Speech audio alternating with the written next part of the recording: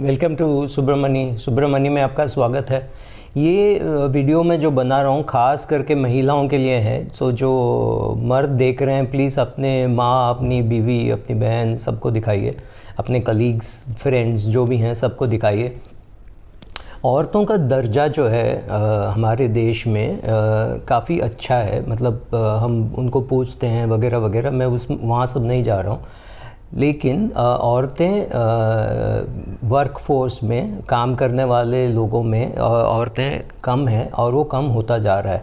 उसके कुछ और कारण है, उसके बारे में भी मैं बात नहीं करने वाला हूँ। एक तो कुछ छोटे कंपनीज़ हैं जो औरतों को लेना ही नहीं चाहते हैं क्योंकि उनकी डिलीवरी के बाद 6 महीने की पेड लीव देनी होती है। और दूसरे कुछ वो केसेस भी हो सकते हैं जहाँ कोई लड़की पुलिस कंप्लेन दर्ज कर दें हैरेसमेंट के कारण, तो उसमें भी प्रॉब्लम होता है। ये दो कारण जो महिलाओं की मदद करने के लिए किया गया है, एक्चुअल में ये होता है कि उसके कारणवश औरतों को कम लिया जाता है। तो अगर आप देखेंगे टिप्पणी, अपना नंबर्स आप देखोगे तो प्रतिशत जो औरतों का है, परसेंटेज जो है औरतें कम होते जा रहे हैं, ज़्यादा बढ़ नहीं रहा है। तो और भी कारण हैं कि औरतों को फाइनेंशियल प्लानिंग पे ज़्यादा ध्यान देना चाहिए। पहला, एक औरतें मर्दों से कम पढ़े लिखे होते हैं। जिस घर में पैसों की कमी होती है और 100 रुपया है जो वो सोचते हैं कि लड़के पे खर्च किया जाए या लड़की के पढ़ाई पे, तो लड़के पे ज़्यादा खर्च होता है, लड़कियों पे कम। तो लड़कियाँ कम पढ़ती हैं, कम पढ़ने के वजह से वो कम कमाती हैं। दूसरी बात ये है कि जब उनकी शादी हो जाती है तो उनके पति कहते हैं कि अभी तुम्हें नौकरी करने की कोई ज़रूरत नहीं, मैं तो कमा रहा हूँ, तो तुम कम कमाओ, तुम वैसे भी कम कमा रहे हो। अब ये भी ले लो जहाँ लड़की पढ़ी लिखी है और 7-8 लाख रुपया कमाती है, उसका पति बोलता मैं तो 20 लाख कमा रहा हूँ, तुम मुझसे कम ही कमाती हो, तो तुम घर में बैठो, तुम मत कमाओ। मतलब लड़की की कमाई बंद होने के भी चांसेस हैं, इसीलिए क्योंकि उसके पति को लगता है कि मैं तुमसे ज़्यादा कमाता हूँ तो मैं ही कमा लूँगा। अगर उससे बराबर भी कमा रहे हैं तो वो पति को लगता है नहीं तुम्हारी कमाई की कोई ज़रूरत नहीं, हम एक कमाई में जी लेंगे। कोई भी आप उसको इनसिक्योरिटी बोलिए या कोई भी कारणवश हो सकता है। तो औरतें नौकरी में कम समय बिताती हैं, 10-15 साल मैक्सिमम, और मर्द जो होते हैं वो 30-35 साल निकालते हैं और ये लोग 10-15 साल निकालते हैं। और दूसरे भी कारण है, एक बच्चा होता है तो लोग 6-7, 2 साल 3 साल, अगर 2 बच्चे हो तो 6-7 साल के लिए वो नौकरी छोड़ते हैं। या घर में किसी की बीमारी हो, उसके खुद के माता पिता के हो या उसके ससुर के हो, कोई भी कारणवश अगर किसी को अगर नौकरी छोड़नी पड़ती है तो औरतों को छोड़ना पड़ता है। ये सब मैं आपको क्यों बता रहा हूँ? ये सब इसीलिए बता रहा हूँ कि औरतें कम कमाती हैं और ज़्यादा जीती हैं। अगर मर्द इंडिया में एवरेज 72 साल तक जीता है तो औरतें 75 साल तक जीते हैं, तो 3-4 साल एक्स्ट्रा वहाँ भी होता है। और ज़्यादा करके औरतें 4-5 साल कम होते हैं उम्र में जब उनकी शादी होती है। तो अगर 25 साल का लड़का है तो 20 साल की लड़की होती है, या कम से कम 22-23 साल की होती है, ज़्यादातर कम ही होते हैं। तो वो ज़्यादा जीने वाले हैं, कम कमाने वाले हैं, तो उनको ज़्यादा ज़रूरत है पैसों के बारे में समझना और पैसों का करेक्ट इस्तेमाल करना।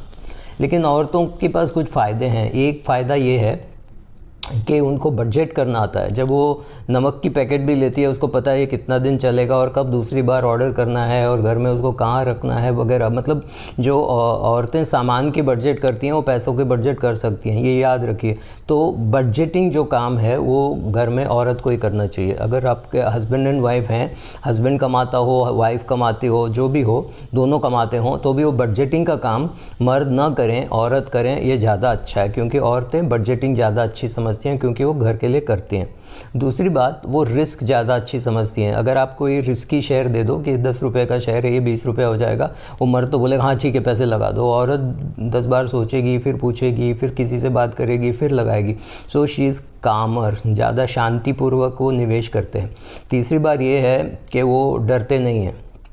मतलब मर्द जो है वो मार्केट थोड़ा सा नीचे गिर गया तो बोलेगा ठीक है यार बेच दो, लॉस ले लेते हैं। और तो बोलेगी नहीं और ख़रीदो, उसको एवरेज करो, पकड़ के रखो, मतलब ज़्यादा समय उसके साथ बिताओ। तो ये कुछ लक्षण हैं औरतों का जो ये आपको बताते हैं वेरी क्लियरली कि औरतें ज़्यादा अच्छा निवेश कर सकती हैं कंपेयर टू मेन। लेकिन ये सब प्रॉब्लम्स ये हैं कि वो कम कमाती हैं, उसको कम इंटरेस्ट होता है। मर्द जो बोलता नहीं तुमको कुछ समझ में नहीं आएगा, मैं खुद कर लूँगा।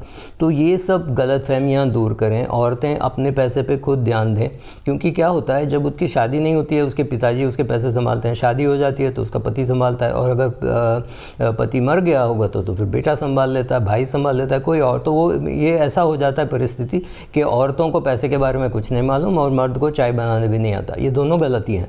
अगर आपके पति को चाय बनाने नहीं आता या आपके बेटे को चाय बनाने नहीं आता तो आपकी गलती है, आप अभी सुधारो। उसको कम से कम चाय बनाने सिखाओ, दाल चावल बनाने सिखाओ, बेसिक्स तो सिखाओ। वैसे ही आप खुद भी एटीएम से पैसे निकालना सीखो, खुद का बजट बनाना सीखो। अगर आप खुद पैसे कमा रही हैं तो उसका निवेश करना सीखो। अपने माता पिता की मदद करो। अगर आप शायद इकलौती बेटी हैं तो आपके माता पिता का मदद कौन करेगा उनके बुढ़ापे में? जब वो 80 साल के हो जाएंगे, 90 साल के हो जाएंगे, तब उनकी मदद कौन करेगा? आप ही को करना है। तो उसके लिए भी सीखना है। और दूसरी बात ये है, बहुत से लड़कियाँ आजकल शादी नहीं करती हैं, तो अगर आप शादी नहीं करोगे तो आपका पैसा संभालना तो आप ही को करना है, तो इसीलिए भी आपको सीखना है। कुछ औरतों को डिवोर्स हो जाता है, कुछ औरतें विधवा हो जाती हैं। अगर आप 55 साल में विधवा हो गई तो अगले 20, 25, 35 साल आपको संभालना है पैसे, राइट? तो इसीलिए भी सीखना है। तो ये ना समझो कि मैं औरत हूँ, मुझे क्या करना है, मेरे पति सब कर लेंगे, मेरे पिताजी सब कर लेंगे, वो गलत है। हमको वो सब तोड़ना है, राइट? कभी तो आप अकेली होंगी, तभी आपको पैसे निकालने हैं, तो आप क्या करेंगी? फ़ोन करेंगी।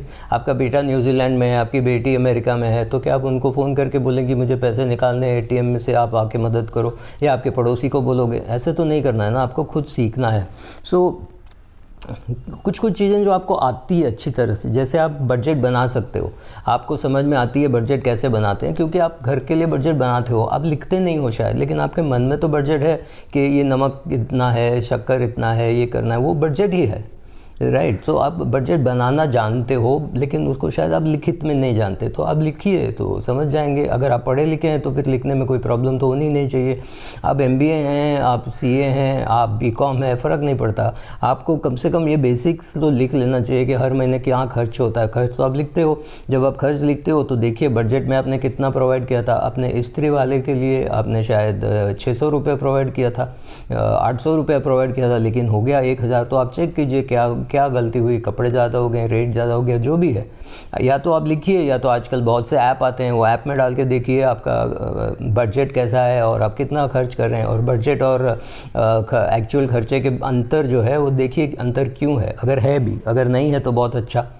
एक और ध्यान रखिए कि आपके पास कम समय है, आपके पास ज़्यादा समय है और कम पैसा है, तो उस पैसे को ज़्यादा अच्छी तरह से खींचना है। आप जोखम जो है, रिस्क जो है, आप ज़्यादा अच्छी तरह समझते हैं। You understand risk better. आप जानते हैं कि लॉन्ग टर्म के लिए पैसा इन्वेस्ट करना है, क्या करना है, आप ज़्यादा ध्यान दे करके सुनते हैं।